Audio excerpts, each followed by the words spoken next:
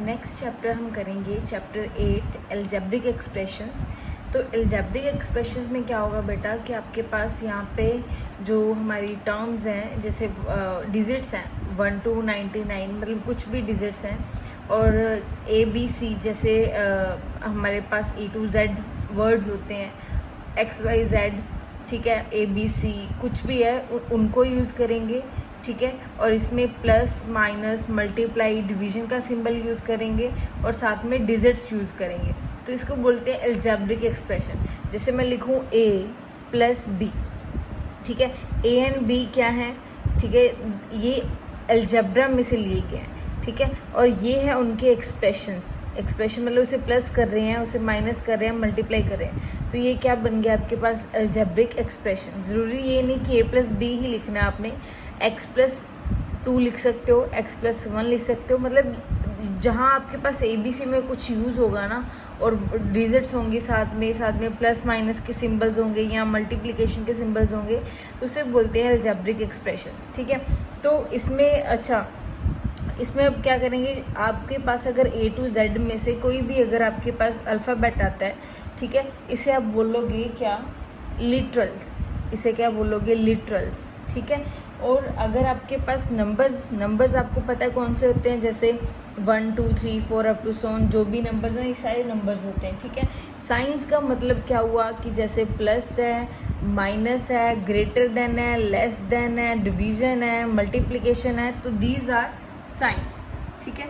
तो इसके रिलेटेड ही हम फर्स्ट एक्सरसाइज करने जा रहे हैं। तो सबसे पहले हमारे पास है एक्सरसाइज 8A, बहुत इजी है बेटा। तो फर्स्ट है, उसने बोला है फर्स्ट सम में उसने बोला है x इंक्रीज्ड बाय 12, इसको लिखना है हमने लिटरल्स एक्सप्रेशन की फॉर्म में। मतलब x इंक्रीज्ड बाय 12 का मतलब हुआ कि जब x को मैंने ऐड कर दिया 12 में, तो ये क्या हो गया, x इंक्रीज्ड बाय 12, ठीक है। दूसरा उसने बोला है y डिक्रीज्ड बाय 7, कि y कितना डिक्रीज हो रही है, 7 डिक्रीज हो रही है, ठीक है। उसने नेक्स्ट बोला है the difference of A and B, तो difference of A and B में उसने बोला है कि जो A है ना वो B से बड़ा है, ठीक है। तो मतलब आप क्या लिखोगे, difference of A minus B is A minus B, लिखना है ऐसे। उसने एक लाइन की फॉर्म में दे रखे हैं, आपको ऐसे एक्सप्रेशंस की फॉर्म में लिखना है, ठीक है।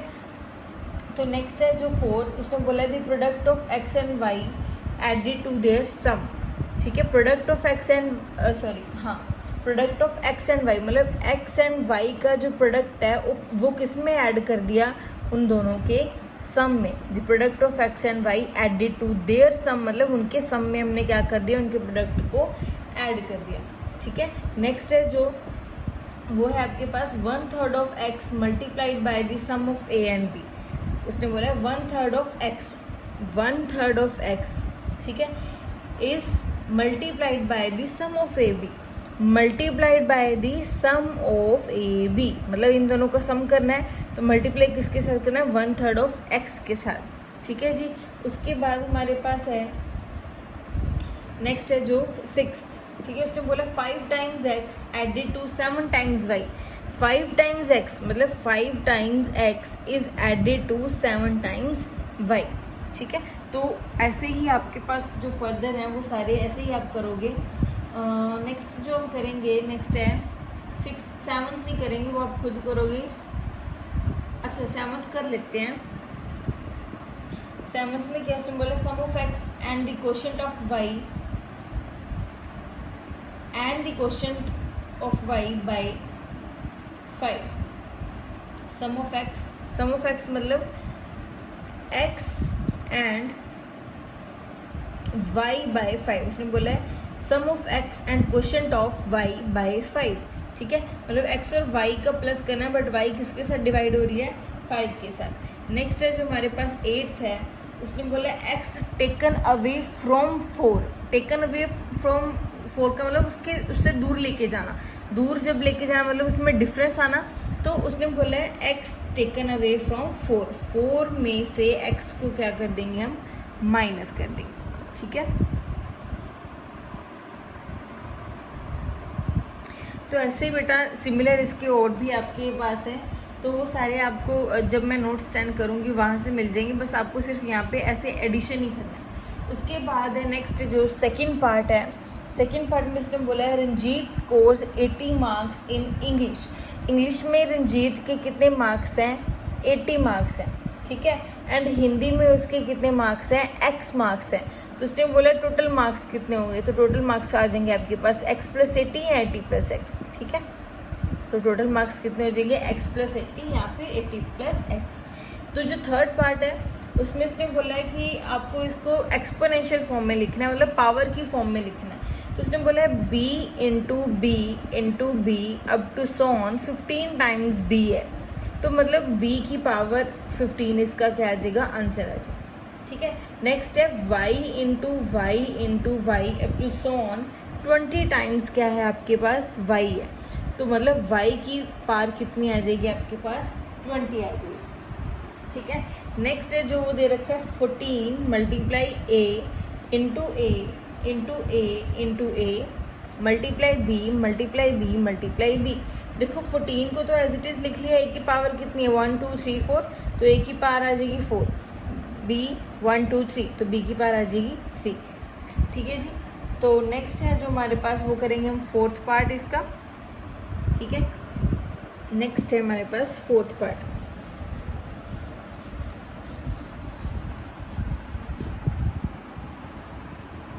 तो फोर्थ पार्ट में क्या है, उसने बोला है write down the following in the product form में लिखना है।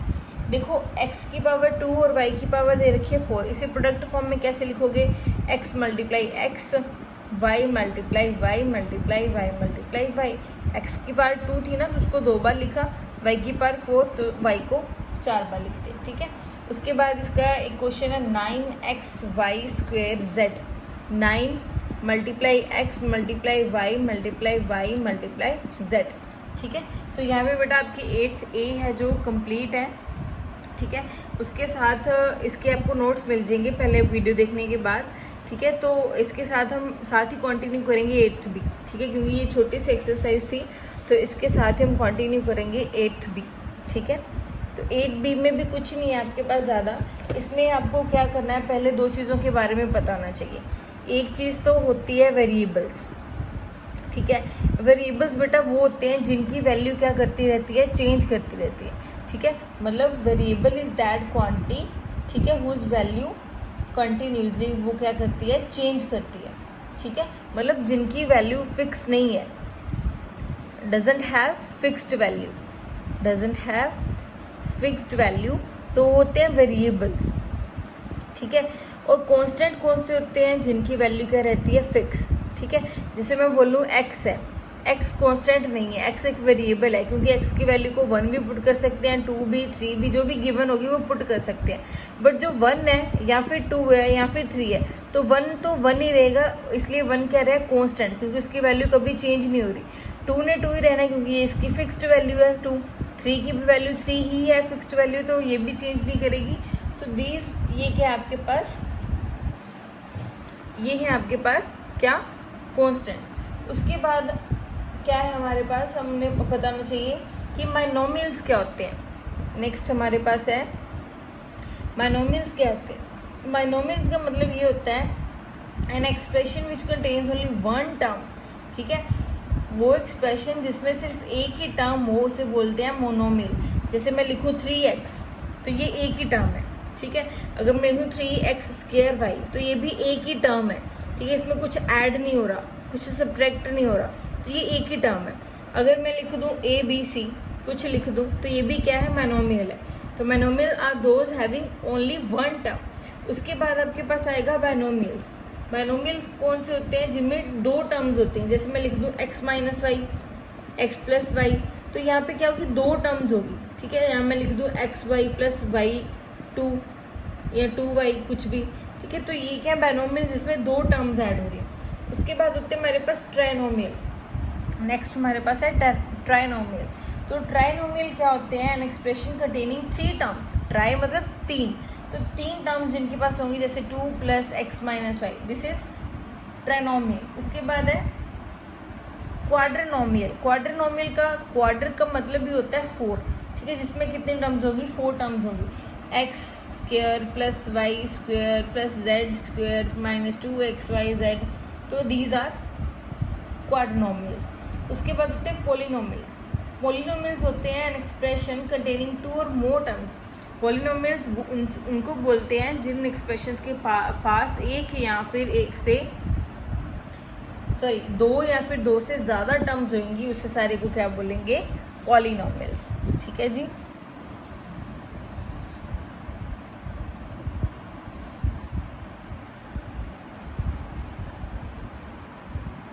अच्छा, उसके बाद आपको दे रखा होगा कि पूछा होगा कि लाइक टर्म्स कौन सी होती हैं। तो लाइक टर्म्स बेटा उन टर्म्स को बोलते हैं जिनमें जो सेम लिटरल फैक्टर हो। लिटरल फैक्टर मैंने आपको बोला था कि जैसे x, y, z ये लिटरल फैक्टर्स हैं। तो अगर मैं लिखूँ x + x है या x + 2x है, तो ये लाइक टर्म्स हैं। ठीक है। तो नेक्स्ट हमारे पास है कि अनलाइक क्या होंगी। फिर अनलाइक वो होगी जिनमें ये दो सिमिलर नहीं होंगे, जिनमें x + y होगा, y + z होगा, ऐसा कुछ होगा। ठीक है जी। तो नेक्स्ट हम करेंगे इसकी एक्सरसाइज 8B एक्सरसाइज। ठीक है। 8B एक्सरसाइज में फर्स्ट है जो वो हमें दे रखा है। फर्स्ट है जो उसने बोला if a = 2 b = 3 find the value of. उसने बोला a आपके पास 2 है और b की वैल्यू आपके पास 3 है, तो आपको फाइंड आउट करना है a + b कितना होगा। तो सिंपल सी बात है, a की जगह पे 2 पुट कर दो, b की जगह पे 3 पुट कर दो, = 5। ठीक है। तो नेक्स्ट आपके पास है जो उसने बोला है इसी एक्सप्रेशन में a² + ab, इसमें यही वैल्यूज पुट करनी है। a² मतलब 2², ठीक है। ab मतलब 2 × 3, तो ये आपके पास क्या आ जाएगा 4 + 6 दैट मीन्स 10। ठीक है। तो नेक्स्ट इसका जो 6th पार्ट है उसमें उसने बोला है फाइंड आउट करो a³ - b³। तो a³ क्या है आपके पास मतलब 2 का क्यूब, b³ मतलब 3 का क्यूब, a³ मतलब 2 का क्यूब मतलब 2 को 3 बार मल्टीप्लाई करो तो 8 आएगा, 3 को 3 बार करोगे तो आपके पास 27 आएगा। ठीक है। तो इसको माइनस करके आपका आंसर आ जाएगा। ठीक है। तो ये फर्स्ट पार्ट इसका। नेक्स्ट है जो हमारे पास सेकंड है। सेकंड में उसने बोला x की वैल्यू आपके पास 1 है, y की वैल्यू आपके पास 2 है और z की वैल्यू आपके पास 5 है। ठीक है। तो उसने बोला है कि फाइंड आउट करो इसकी वैल्यू 3x - 2y + 4z। तो हमें करनी आती है। हम क्या करेंगे 3 एज इट इज़ रहेगा, x की जगह पे 1 पुट कर देंगे। ठीक है। -2y as it is, y की जगह पे 2 पुट कर देंगे, प्लस 4z z की जगह पे क्या पुट कर देंगे 5 पुट कर देंगे। तो 3 × 1 = 3, 2 × 2 = 4, 5 × 4 = 20। तो ये आएगा 4 - 3 = -1 + 20, तो ये आपके पास आ जाएगा 19 आंसर। ठीक है।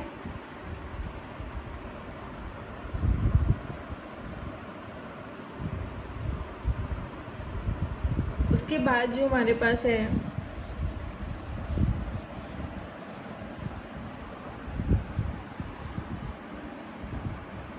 इसी में उसने बोला है फोर्थ है, सेकेंड का फोर्थ सम है xy + yz - zx। तो x की वैल्यू हमारे पास 1 है, y की 2, ठीक है, फिर 2, z की वैल्यू 5 - 5 × 1। तो इसकी वैल्यू फाइंड आउट करने के लिए क्या करेंगे मल्टीप्लाई, 5 × 2 = 10 - 5। तो 10 में 2 ऐड करोगे 12 बजेगा, 12 - 5 = 7। ठीक है जी। तो ये आपका आंसर आ जाएगा। तो सिमिलर क्वेश्चन है, थर्ड भी ऐसा ही है। इसमें उसने बोला है कि P दे रखा है -2, Q दे रखा है -1, R दे रखा है 3। तो आपने फाइंड आउट करना है कि P - Q - R क्या होगा।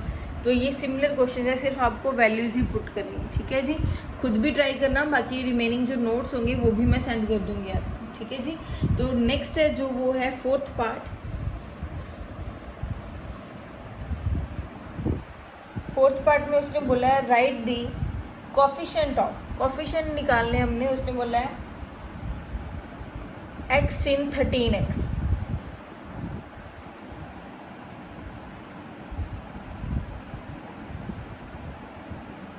ठीक है।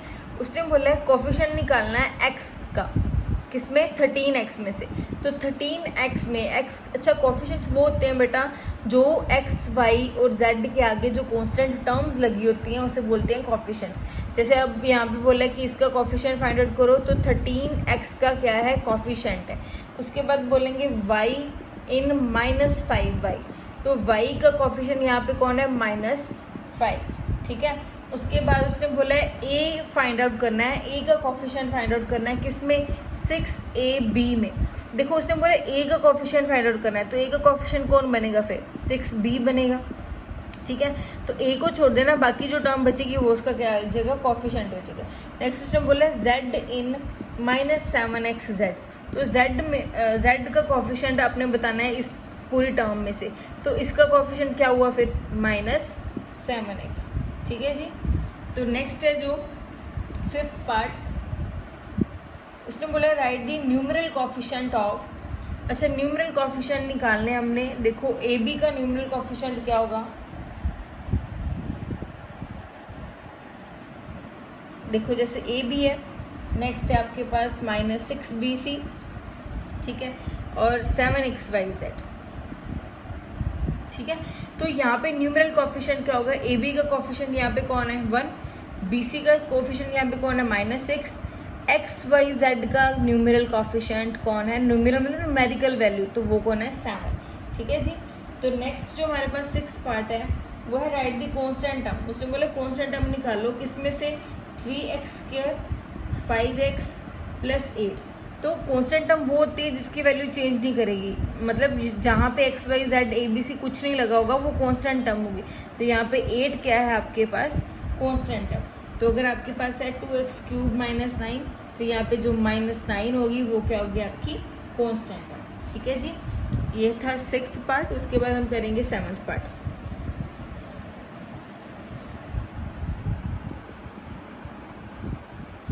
तो 7th पार्ट में इसने बोला identify the monomials, binomials and trinomials in the following. तो देखो ये क्या है, 2xyz, दिस इज मोनोमियल, ठीक है। उसके बाद है 5 + 7x³ y³ z³, this is binomial, ठीक है। नेक्स्ट है 5x³, एक ही टर्म है, दिस इज ऑल्सो मोनोमियल।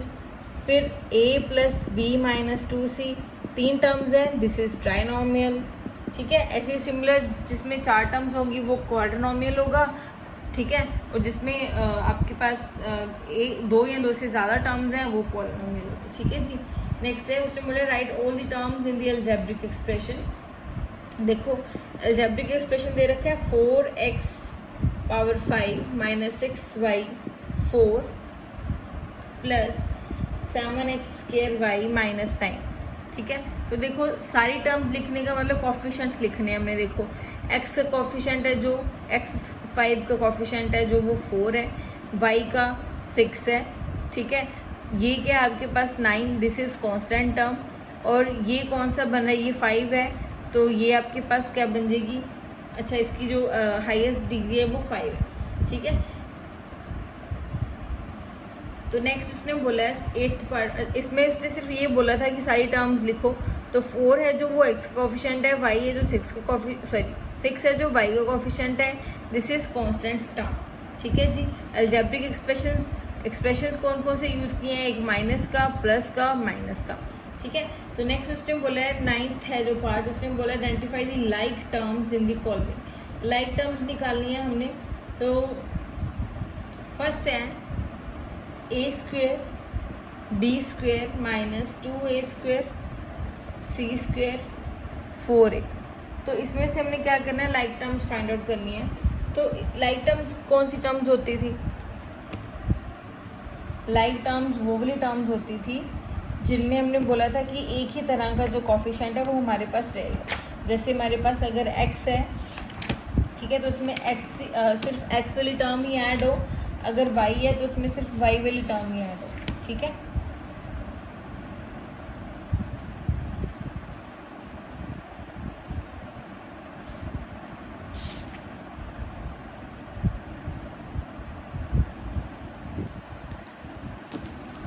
तो इसमें से हमने क्या करना है, सॉरी बेटा, इसमें से सारे में से हमने लाइक टर्म फाइंड आउट करनी है। तो लाइक टर्म कौन सी होगी? देखो एक तो आपके पास है ए स्क्वेयर,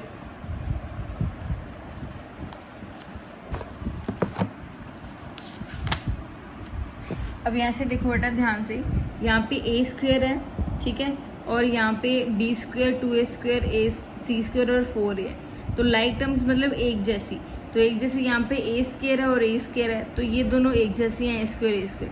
तो नेक्स्ट है जो 3x 4xy minus Y Z 1/2 तो इसमें कौन सी टर्म्स लाइक होंगी? वाई जेड वाली, ठीक है, चाहे उनके कॉफिशिएंट्स अलग हैं बट वो वाई जेड है, वो भी जेड वाई जेड एक ही चीज़ है क्योंकि मल्टीप्लाई हो रहे हैं। तो दीज आर लाइक टर्म्स, ठीक है।